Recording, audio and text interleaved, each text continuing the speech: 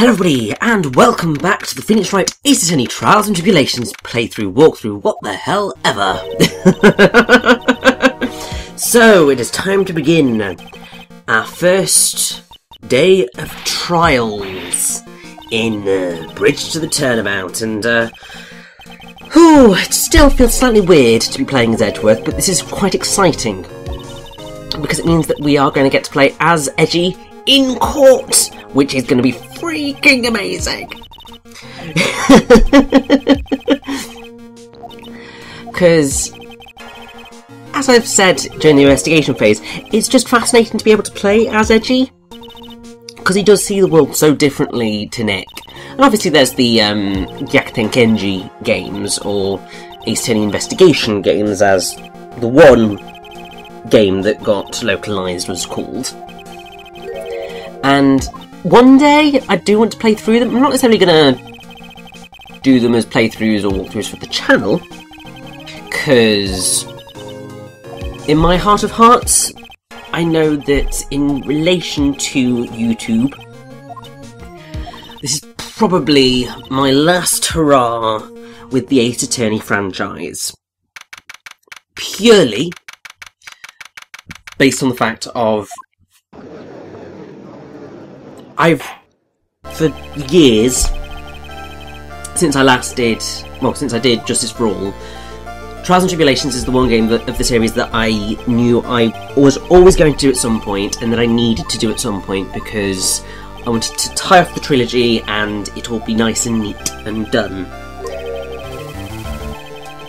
And starting any of the other Ace Attorney games after this would mean that I'd want to finish those, and in terms of the main series, I physically cannot, because I don't have a way of recording 3DS footage. Objection!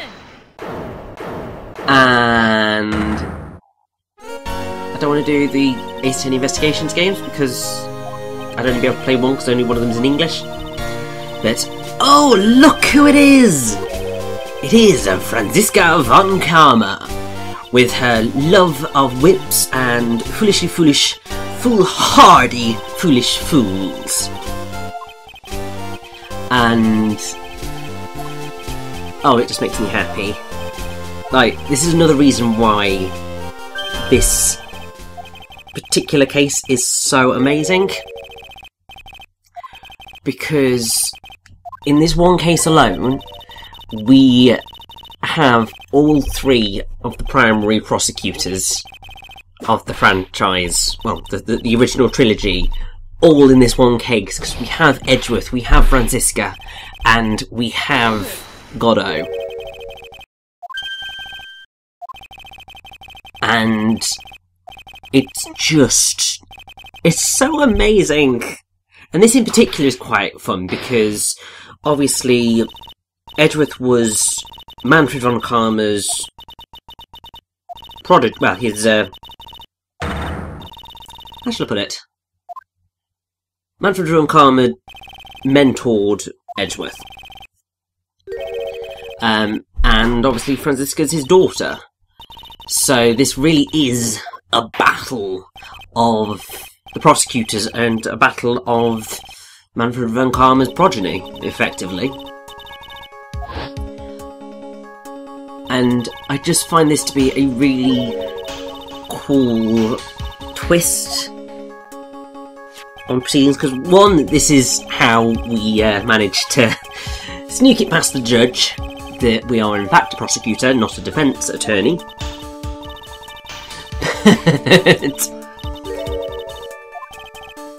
It's just so cool.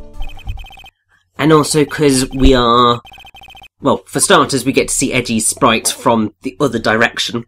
Because normally you see it with, so it'd be his right hand pointing out to go, objection!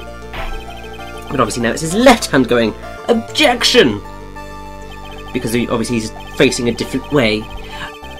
I believe that really that's probably one of the reasons why most, if not all, of the characters in the courtroom, or at least ones where they might end up putting them on the left-hand side of the bench, would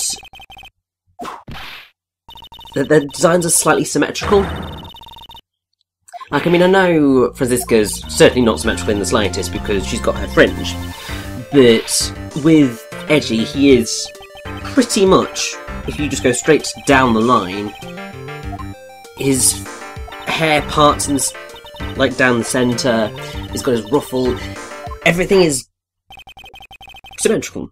So they're able to get away with just flipping the sprite and it not looking odd. Because, obviously so this is dealing with manga in particular, but obviously they, in the original Japanese, read from right to left, because that's just how Japanese text works. And in the translation, in the bringing it over to the West and localizing it, there are some mangas and so on that flipped the artwork to be able to get it so that the book reads from left to right. And annoyingly, what that ends up doing is if a character had the word May written on their shirt, when it was flipped, that shirt would read Yam and therefore make no sense. And it's why I'm actually quite grateful that the majority of manga that gets released these days in the West is read from right to left, because it's how it was meant to be viewed. And while it obviously, in our minds, takes a little bit of getting used to switching the direction you're reading, it works out better for the artwork, I feel, because it's how it was meant to be seen, and also means you don't get any of those really awkward and awful mistakes of things being on the complete wrong side. Like, imagine if you had the Ace Attorney games in manga form, which they are there, they do exist in manga form, and part of me is wondering whether those reflect or not. But if you're dealing with the recipe for Turnabout case, and how that's all set up, with Ganel having his viewfinder on the same side of his face as his headphones, at least the fake one had, and so on and so forth. If you had all that dialogue in a flipped version of the manga, then things would be on completely the wrong side, and it would make absolutely no sense. So yeah, just read it from right to left, and it's all good. But obviously, I've been criminally ignoring Sister Bikini's testimony. But it's all good, because we are just going to dig in as deep as possible into this. Because, seriously, Iris could not have killed Elise Zonim, because, like, doesn't seem like she's got a bad bone in her body. I know she looks very much like a certain evil Dahlia Hawthorne, but she just seems so nice and lovely, therefore can't really say that it would be her, even though obviously Sister Bikini saw her stabbing Elise Zonim, which is kind of quite incriminating, to be fair. And that's not helpful in a case like this. But thankfully we do have a reasonable amount of evidence to help us out with this case, because otherwise it would be particularly help-ish.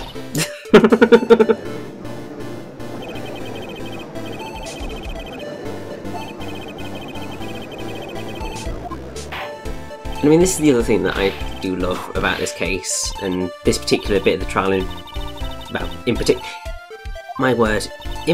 particular bit of the trial in particular. My word, too many particulars.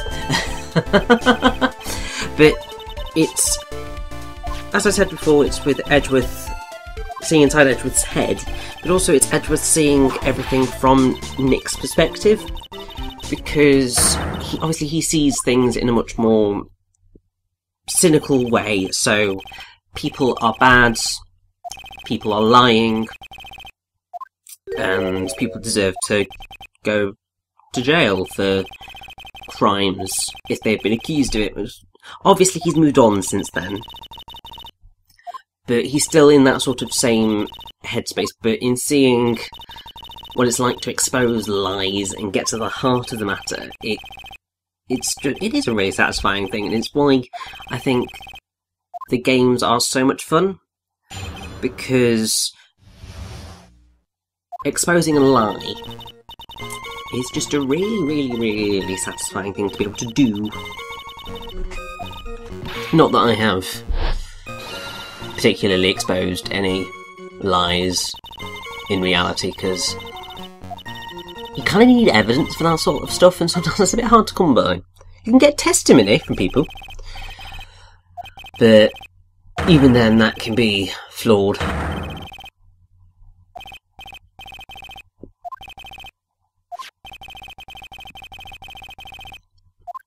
And I do find it hilarious that this judge is just about as useless as our main judge. Obviously, we had him during the Turnabout Beginnings case as the judge, which is why he sort of recognised Edgeworth at the beginning, but didn't really, because it was so long ago. But yes, now I have the feeling that this is a bit of a problem, because yeah, the body fell 10 feet after death. Therefore, could not have been fallen out the window, then been stabbed. It's kind of impossible. I mean, I have to say, I have the very strong inkling that the actual situation is going to seem to be highly improbable. Because, I mean, after all, this is the Ace Attorney franchise. Not a lot of it exists really in the realms of reality. I mean, obviously, spirit channeling, for starters. Obviously, there are mediums in reality. Whether they actually have any powers or not, a different kettle of fish altogether. And, I mean, obviously that slightly brings me back to a subject that I've covered before of, do I believe in ghosts? Yes, I believe in ghosts, but, don't really believe in spirit mediums quite so much. And that's largely just because there's loads of frauds out there. And, like, some of them, like, really noticeable. I mean, there's a story of one particular psychic who was a show that they were doing, and so that she got mementos in from the audience to try and improve her powers, so to speak. And a lady had put a picture in, and this picture got chosen, and this psychic was going on about how this person had died, and they were wanted to speak to someone, and the lady who'd sent in that picture was stood there and was just kind of like, that picture is me. So obviously this psychic had been saying that this person who was in the audience, perfectly alive and well, was dead, at which point completely lost the audience entirely, as you would, and I don't think ever quite recovered. So, yeah, there are some right frauds out there. But anyway, we are getting some further details here about the incident. And, I think we might be getting a little bit of some more useful information here. If you didn't see the blade go in, then that doesn't necessarily implicate Iris in the murder. It could be something else entirely, but still.